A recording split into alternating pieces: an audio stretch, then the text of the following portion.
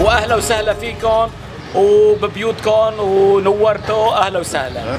شفنا على تلفزيون الجديد الريبورتاج اللي عن القرى اللي صار فيها اذا بدنا نقول سيول وامطار تداعينا نحن بجمعيه البناء والتضامن للرعايه الاجتماعيه وعملنا نداء بالتعاون مع جمعية نجدة الشعبية اللبنانية إلى أصدقائنا الأوروبيين وتحديدا في إسبانيا الجمعية الكتالونية وبلدية برشلونة. وبالتالي لما شافوا كمان معنا هول الكارثة اللي حدثت هون بالمنطقة لبوا النداء وأرسلوا لنا مساعدات عينية قد يصير استتباع لها القرى الثانية اللي أعلنت قرى منكوبة اللي هي حكر الظاهر والعريضة. ونحن كمان بصدد العمل لحتى يصير الدولة تهتم بالأمور والبنى التحتية، حتى اللي ما كل مرة بتشتت الدنيا يصير فيها المشاكل اللي صارت سابقا. ونحن اليوم بلشنا بالسمائية، مساعدات عينية، مواد غذائية لأبناء السمائية ولأبناء النازحين السوريين اللي موجودين بمحيط السمائية. أحمد عوض شقرة ومدين، يلا اثنين، يلا شيل أحمد عوض ومدين، شيل يلا مين بعده؟ مين بعد؟ خليني مشي. تعال أبو محمد، يلا خلوني مشي اللي بعد بالأول يا عادل. يلا أبو محمد.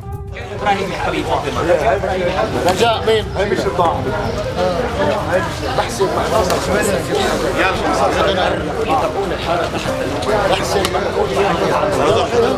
مين في إذا في مرة وياه؟ بحسن شباب وقفوا بس 5 دقائق.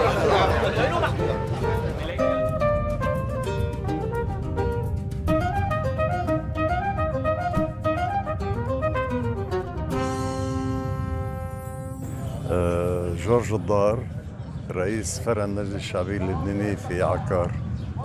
خبرنا اليوم على التوزيعات اللي عم الشيء اللي عم بيحصل اليوم، وخاصة بعد العواصف اللي ضربت منطقة عكار وبالتحديد منطقة السهل، كان في كثير من القرى المتضررة، أهمها السمائية والعريضة وحكر الظاهري. وبتداعينا نحن بالتعاون مع جمعية الإنماء والتضامن للرعاية الاجتماعية وهبات قدمتها كاتالونيا، انه نقدر نقدم مساعدات غذائية لاخواننا بالمنطقة هون. ولكن بالضبط اكيد ما حنقدر نوزع للكل. هلا اخترنا منطقة السمائية. المنطقة اللي تضررت أكثر شيء. المنطقة اللي تضررت أكثر شيء منطقة السمائية. هلا نحن عم نوزع فيها مساعدات للنازحين السوريين وللبنانيين على السواء، وعلى امل انه تجينا مساعدات ثانيه كمان نرجع نوزع نفس الشغلات للقرى الثانيه مثل العريضه وحكر الظاهري. يعني ما خلص مشوارنا بنعتقد انه نحن ابتدى هلا، وان شاء الله بالمستقبل حننفذه ونطال كل القرى المتضرره من جراء العاصفه.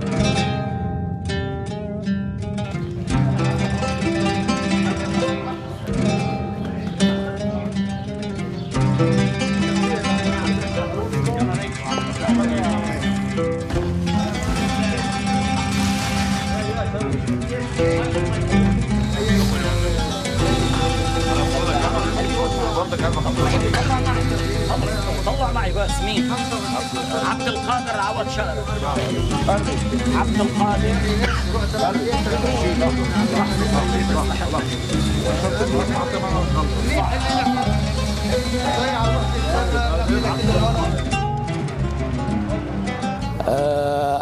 اتصلوا فينا جمعية البناء والتضامن وجمعية النجدة الشعبية مشكورين بتقديم مساعدات غذائية للمزارعين والأهالي الذين تضرروا من جراء الفيضانات التي ضربت منطقة السمائية وبقية المناطق الأخرى. فنحن بنقدم الشكر الجزيل لهذه الجمعيات مشكورين على هذه المساهمة المادية اللي عم يسلموها للأهالي. مثل ما قال المثل الشعبي، البحصة بتسند خابية. نحن أملنا كبير بهذه الجمعيات اللي عم تعطي، أملنا فيهم يعطونا إسا أكثر، ومن خلالهم ومن خلالكم وخلال وسائل الإعلام مشكورين اللي عم يغطوا هذا الحدث.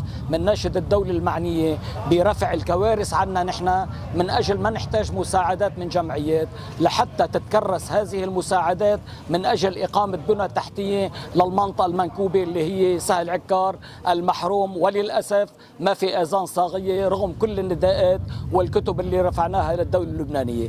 برجع بجدد شكري للجمعيات اللي ساعدونا بهذه المواد الغذائية، وإلكم جزيل الشكر، وأهلا وسهلا فيكم، وأهلا وسهلا ويعطيكم العافية.